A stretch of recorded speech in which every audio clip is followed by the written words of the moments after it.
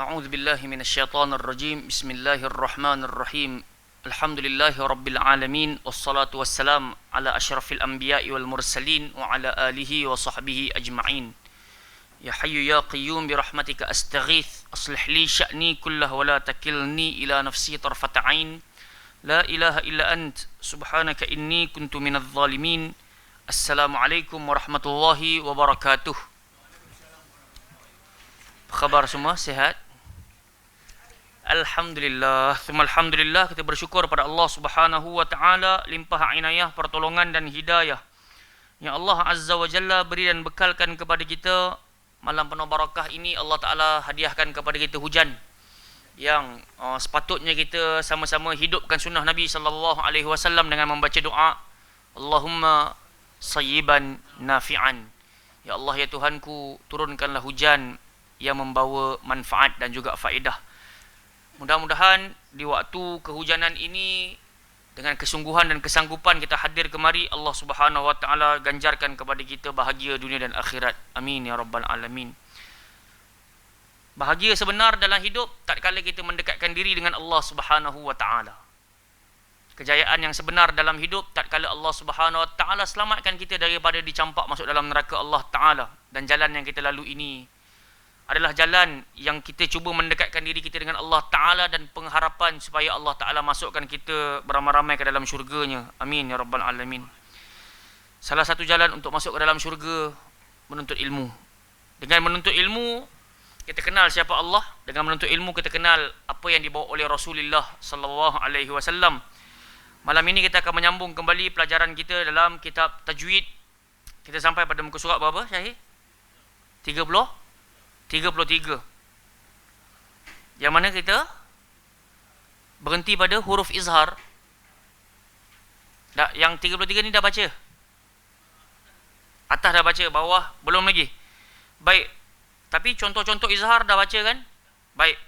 Apabila nun sukun ataupun tanwin bertemu dengan salah satu huruf izhar yang 6, maka bacaannya wajib diizharkan tanpa dengung. Macam yang kita dah bagi tahu pada perjumpaan yang lepas, izhar maksudnya jelas dan juga terang. Atau dengan erti kata lain, bacaan izhar adalah mengekalkan zat huruf dengan bacaan menyatakan makhraj dan juga sifatnya, tidak terpengaruh oleh huruf yang mengikutnya dan tidak memasukkan ke dalamnya. Maksudnya huruf nun dan juga tanwin tadi bunyi dia 100%, tak berubah. Tak seperti nun bertemu ba, tak seperti nun bertemu fa. Faman khafa, faman dia mesti bunyi nun tu jelas. Kan? Dia tak boleh bunyi faman khafa, salah. Makanya huruf yang jelas ada berapa, Syekh Syam? Huruf jelas 6. Dan huruf tersebut dipanggil sebagai huruf halqiyah ataupun huruf halqum. Bermula daripada atas, huruf apa yang keluar? Kha dan juga ghain. Atas sekali.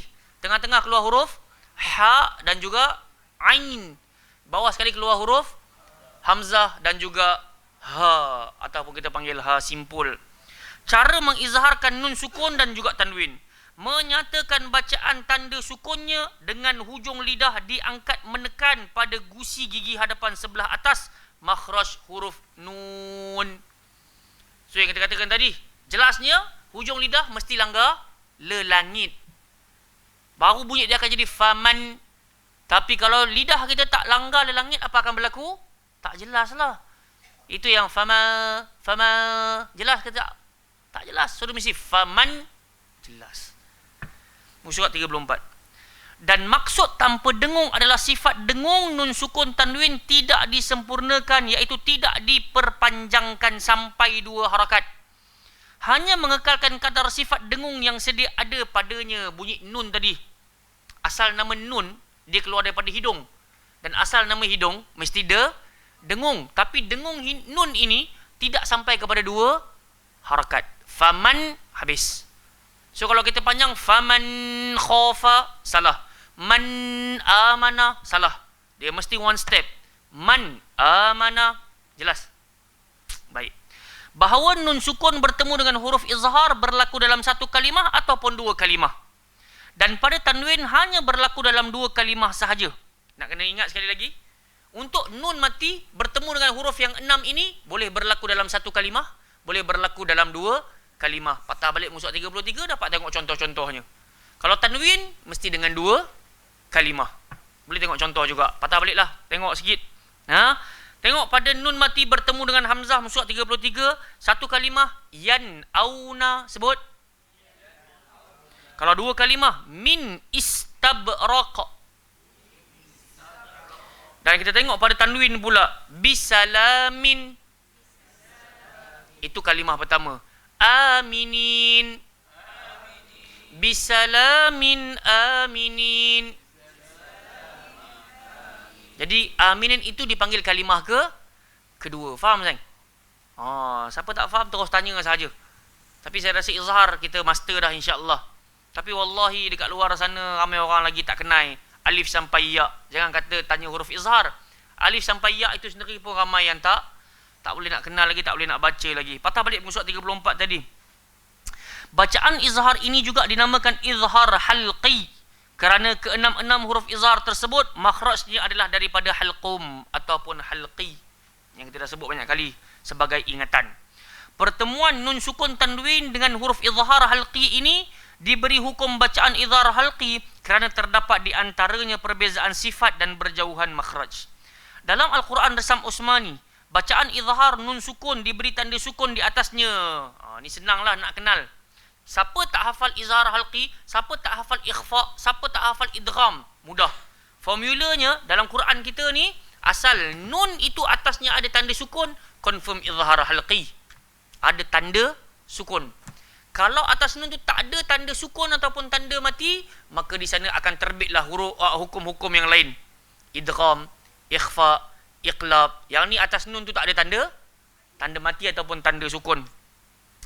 Dan menggunakan tanwin baris dua di atas seperti dalam contoh kurungan tersebut. Maksudnya lukisannya sama.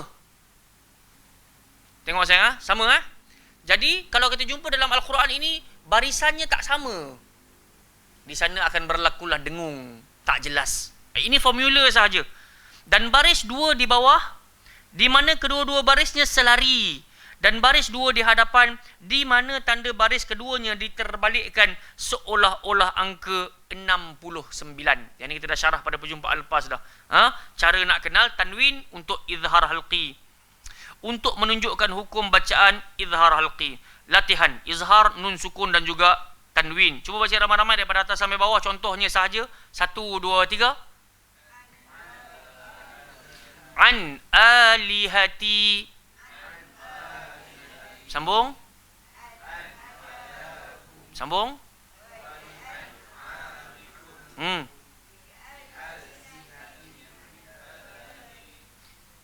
Wa rabbun ghafur aliman khabira.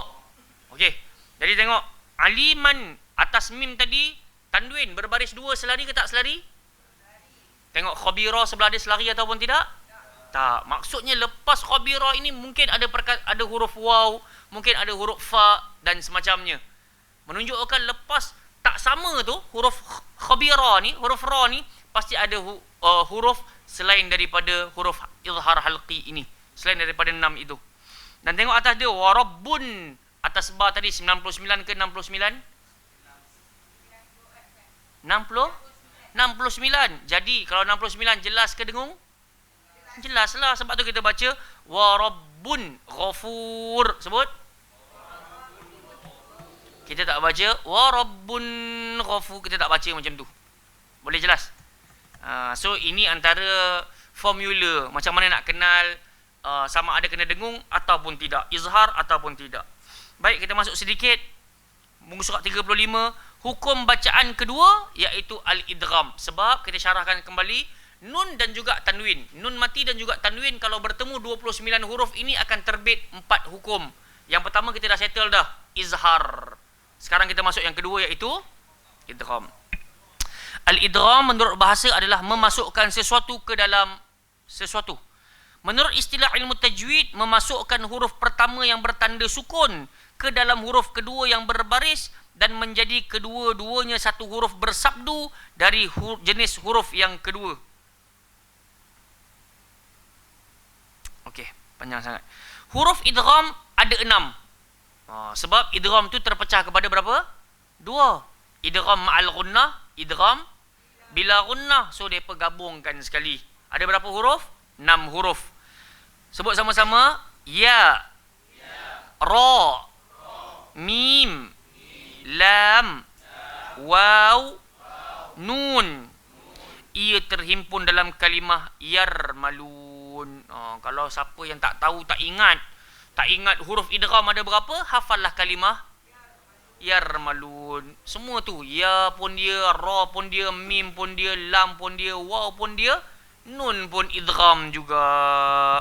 Apabila nun sukun ataupun tanwin bertemu dengan salah satu huruf idgham yang 6, maka ia wajib diidghamkan ke dalam huruf idgham.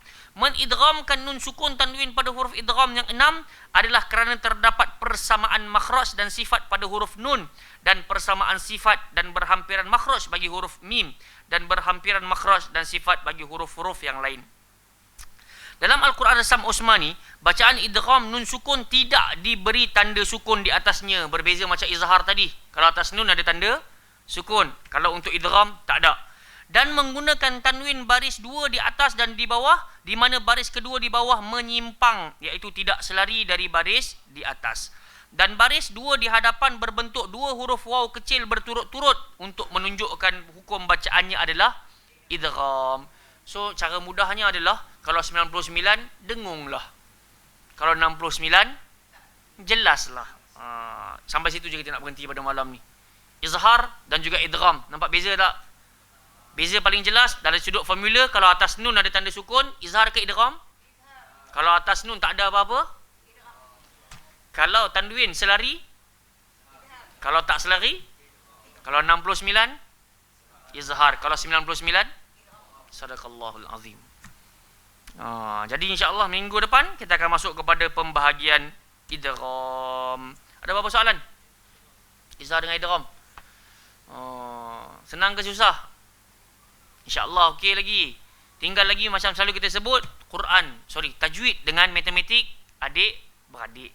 Tak hafal dia punya formula, tak cuba nak hafal dia punya nama-nama khas, menyebabkan kadang-kadang kita blur lah. Nak kena jelas ke, nak kena dengung. Baik, sambung bacaan Quran kita pada malam ni pada muka surat berapa?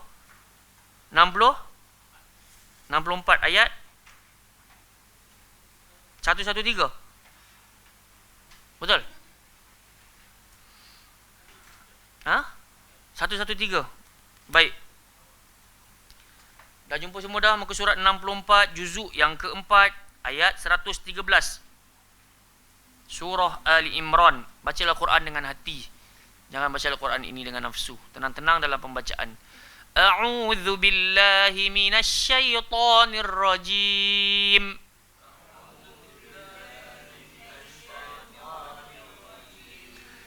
Laisu sawa'a.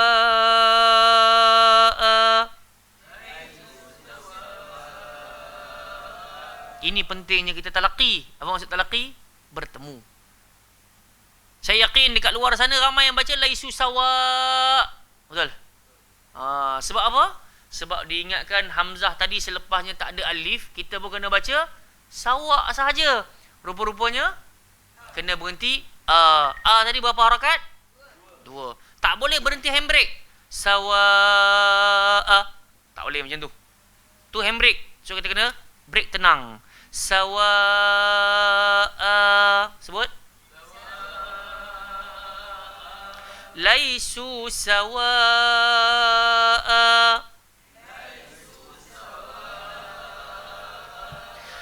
Min ahlil kitabi ummatun qa'imatun yatslun.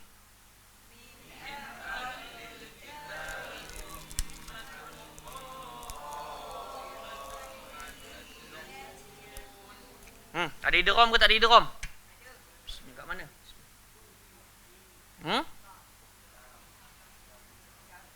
Mana?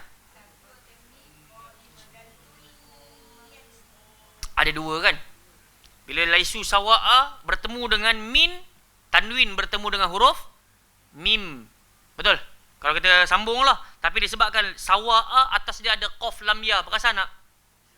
So dekat situ kita dituntut untuk berhenti tapi tak sampai taraf wajib. Lebih baik untuk berhenti. Waqaf ini tak silap dipanggil waqaf kafi. Lebih baik berhenti. Laisu sawa'a. Tapi kalau kita sambung juga, kena dengung ke tak ada dengung? Sawa'am min. Amin. Itu dipanggil dengung dan juga idgham. Baik. Yang kedua pada qaimatui. Itu maksud masuk. Kan? Kita masuk dalam ya. Tui. Kalau tak masuk bunyi dia apa? Tun. Tun yatluna. Itu tak masuk. Itu jelas. Tui baru masuk. Boleh. Sebab tu juga untuk dengung ni pun kena talaqi juga. Kena bertemu. Kalau tak ada orang dia dengung, tun yatluna. Dengung ke tak dengung tu? Dengung. Tapi masuk ke tak masuk? Tak masuk. So baca syok sendiri. Tahu-tahu hashtag dan surah Al-Baqarah. Tak lepas. Kan? Kita bukan nak macam tu. Baik, sambung. Yatluna ayatillahi ana al-laili wa hum yasjudun.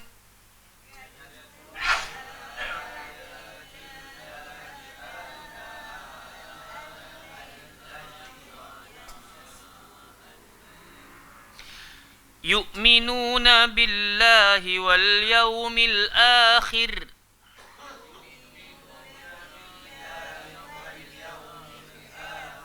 Bawah lembut. Akhir.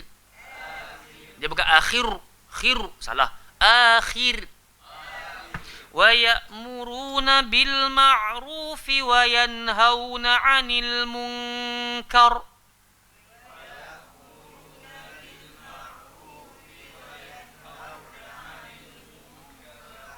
Wa yusari'una fil khairat. Wa ulaika minas salihin.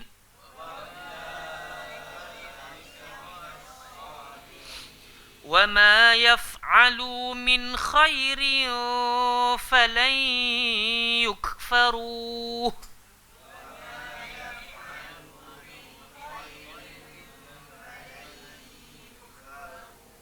Wallahu alimun bil muttaqin.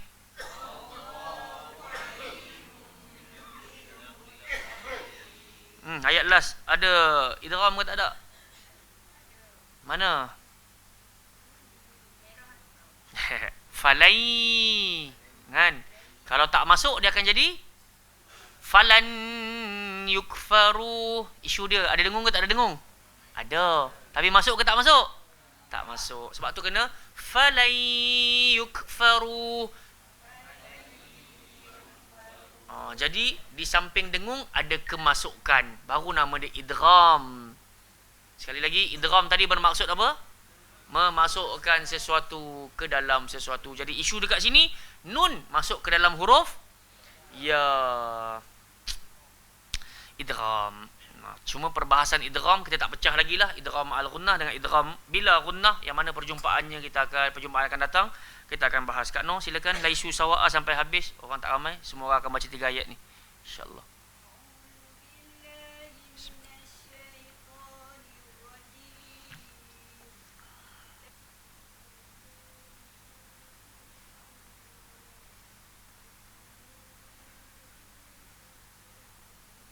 Salihin.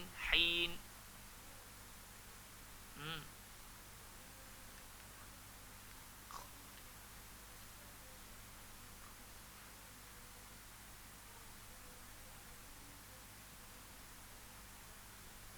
Baik, ramai-ramai baca 3 ayat yang kita baca hari ini. 1, 2, 3. Laisu sawa'a. Sambung.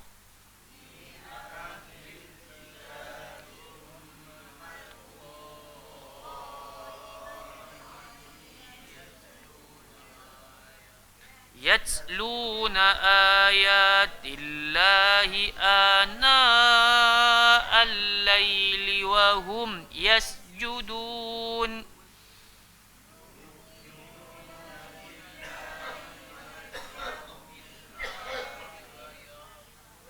ويأمرون بالمعروف وينهون عن المنكر ويسارعون في الخيرات وأولئك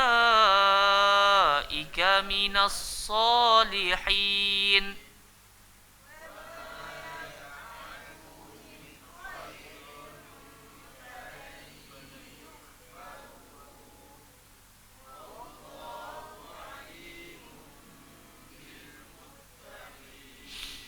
Baik, saya bacakan dahulu sebelum kita ambil manfaat. Laisu sawa'a min ahlil kitabi ummatun qa'imatun yatluna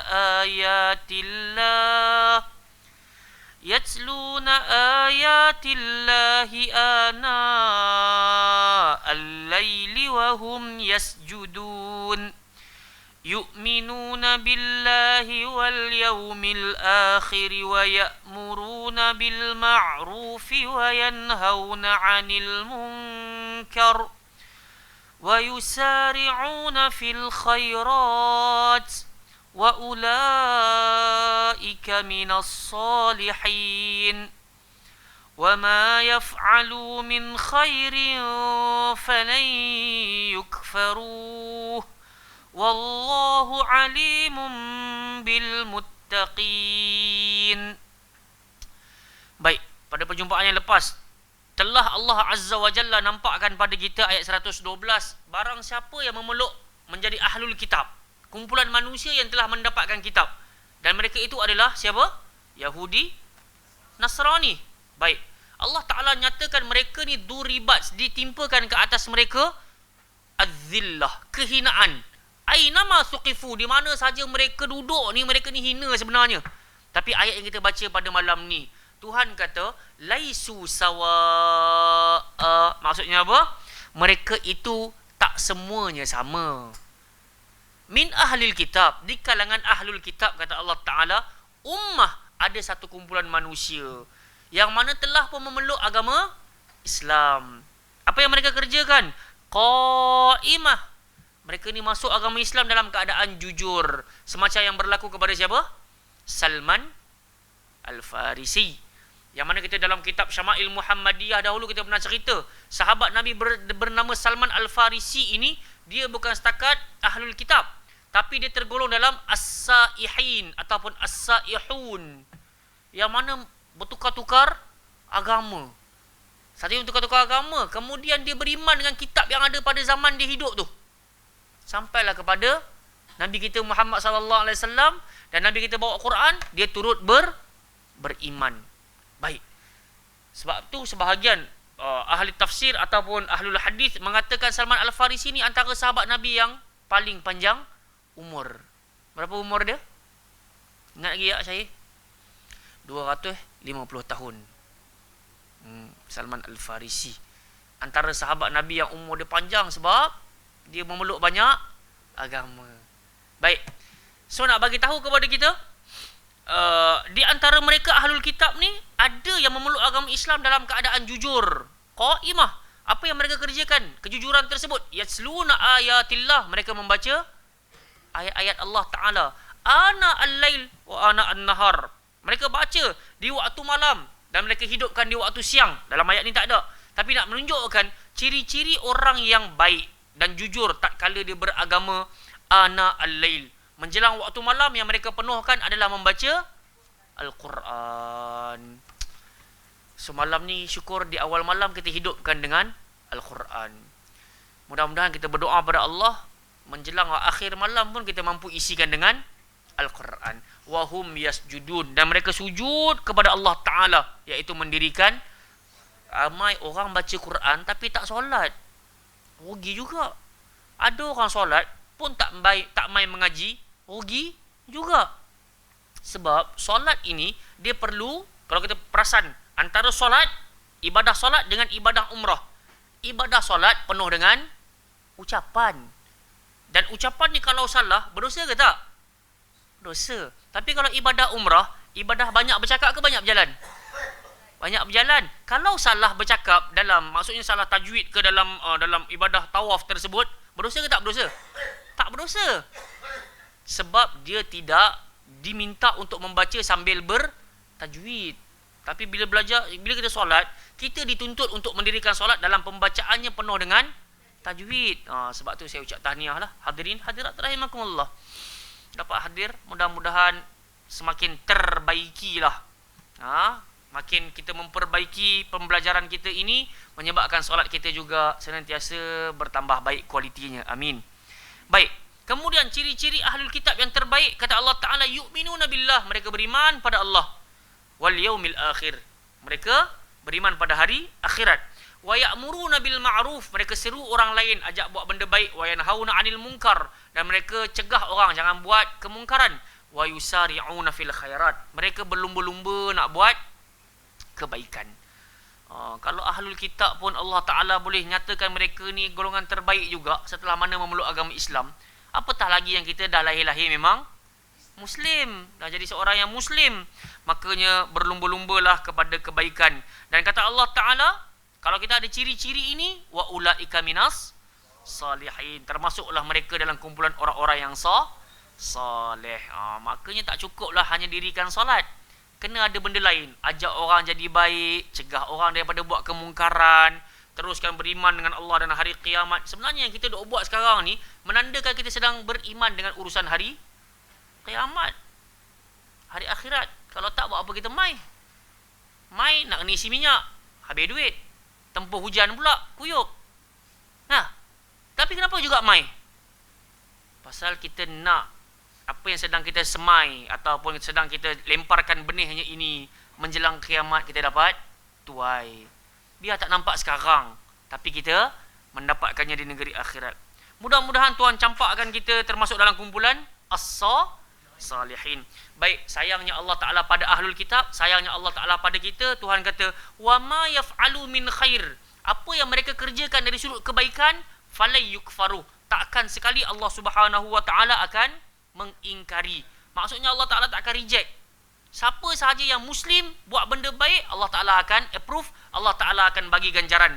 Itu sisi baik Allah Subhanahu wa Ta'ala. So selagi mana kita ni sedar yang kita ni seorang hamba yang hina dan kita adalah seorang Muslim, jangan pernah kita putus asa dengan rahmat Allah Subhanahu wa Ta'ala. Teruskan meminta. Sebab minta itu sendiri pun kebaikan, dan kebaikan Allah Ta'ala tak akan mungkiri, kata Allah Ta'ala. Wallahu alimum bil muttaqin, dan Allah kata, aku maha mengetahui atas urusan orang-orang bertakwa. Apa ciri orang bertakwa? Apa kat no? Ciri orang bertakwa. Berilmu, laksanakan perintah Allah, tinggalkan larangan Allah Ta'ala. Itulah maksud takwa. Sebab tu setiap hari Jumaat yang lelaki ni kita semua dengar Allah khatib sebut apa? Ittaqullah haqqa tuqatih, takutlah kamu kepada Allah sebenar-benar takut. Wala tamutunna illa wa antum, kamu jangan mati kecuali kamu mati dalam keadaan Muslim, Islam, menyerah diri. So menyerah diri ini maksudnya kita buat apa yang Allah Ta'ala minta, suruh, dan kita tinggalkan apa yang Allah Ta'ala tegah dan juga larang. Hadirin hadirat rahimakumullah, insya-Allah perjumpaan akan datang kita akan sambung pada muka surat 65, yang mana kita akan bacakan ayatnya dan kita akan sambung tadabburnya, insya-Allah. Baik, kita berhenti kat sini untuk kita kerjakan salat isyak berjamaah. Subhanakallahumma wa bihamdika, asyhadu an la ilaha illa anta, astaghfiruka wa atubu ilaik. Sallallahu ala nabiyina Muhammad ala alihi washabihi wa baraka wa sallam. Assalamualaikum warahmatullahi wabarakatuh.